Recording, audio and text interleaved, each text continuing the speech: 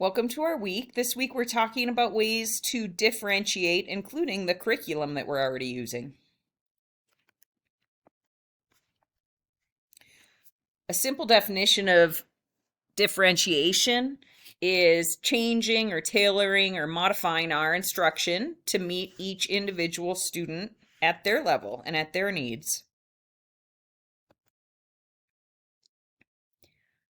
We're going to think about ways to potentially offer more supports, making things a little less complicated for those who need it, or offering more challenge for those that need that as well. A lot of times we have amazing curriculum and there might be books and lesson plans that you're using, but it's designed as though everyone is doing the same thing at the same time at the same level. And we know that when we do that, we're missing many of our learners.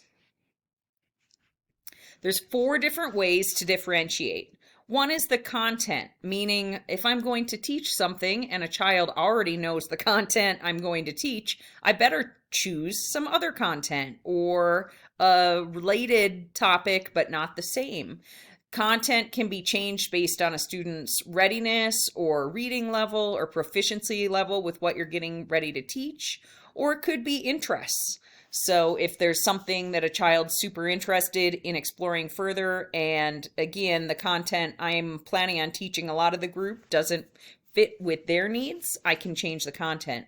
Another is the process. So I might teach a child something more quickly or in more depth, going into more complex ways of looking at something.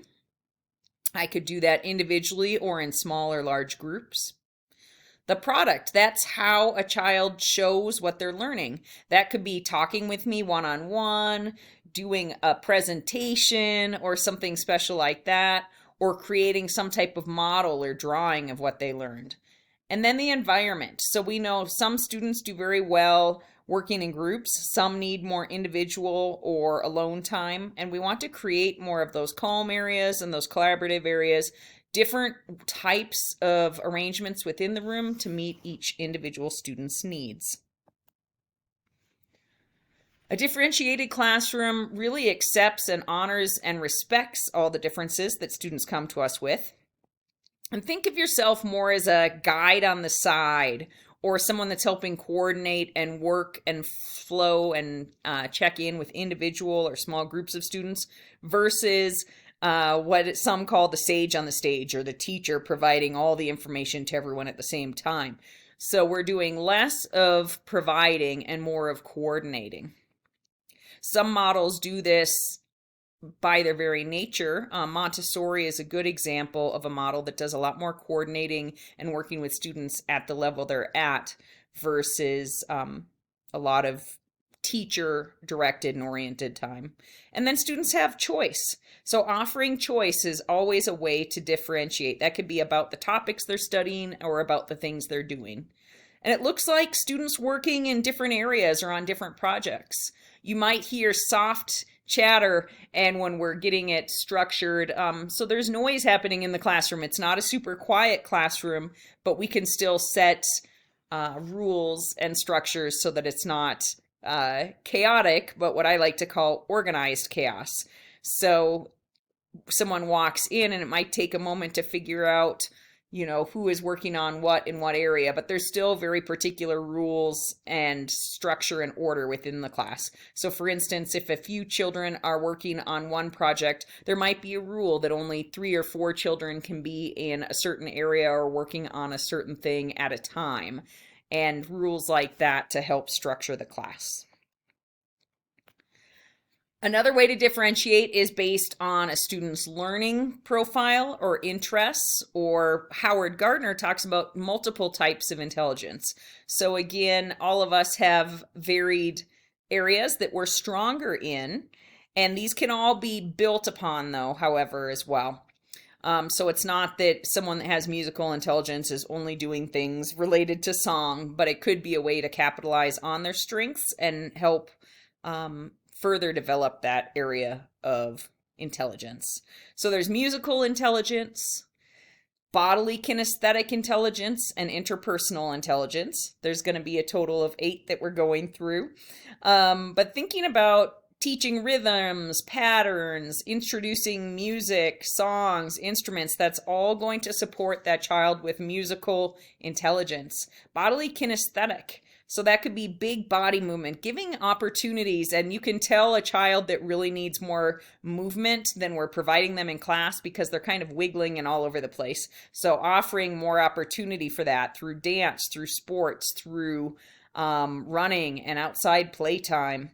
Interpersonal, so that's being able to work well and understand others well. So opportunities for leadership or connecting with others, group games, opportunities for working with a lot of different children for those students. The next 3 are linguistic, that's word smart. So that could be a child that also is learning 2 languages well or picking up a second or third language with rapid pace. They enjoy listening to stories, telling stories, creating stories. They might enjoy writing if they're writing yet, or making pictures related to the stories they want to share. Logical, mathematical, so they might ask a lot of questions. They want to investigate and experiment. They might like games and puzzles and figuring out patterns. Visual spatial, so that could be the children that like to build or create things with Legos or blocks or with clay or with drawings.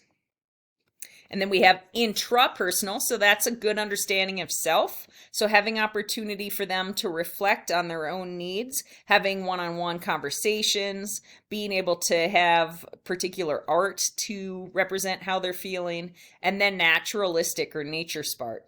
So making sure that there's ways to have nature in the class.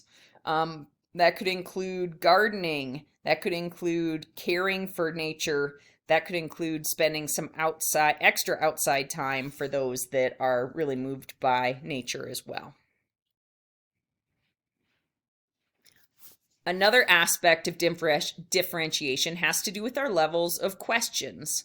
So at the very base, we have it listed as number 1. I listed it in yellow, and then green is where we want to spend more of our time, especially for our students that need more advanced opportunities for discussion and thinking, but really we can move most of our children, if not all of our children, to these levels as well. A lot of times when teachers or even tests are assessing student knowledge, it has to do with that knowledge base. So tell the important facts, recall what you know. That's somewhat overdone. And then as we move up, comprehension could be, explain how this happened, compare. Applications, so how would I construct this? How would I use this? And we want to move more into these upper levels. So analyze, compare, contrast, explain, synthesize, invent, imagine, or propose a new idea, create something based on what we've been studying, and then evaluate, decide, justify, recommend next steps. In our resources this week, there's something called Can of Blooms. It lists different questioning techniques at each of these 6 levels. And again, Bloom created this taxonomy, these levels of learning and knowledge, and we want to move up towards synthesis and evaluation whenever possible. But know that there are different levels that we can use to get at different student ability levels as well.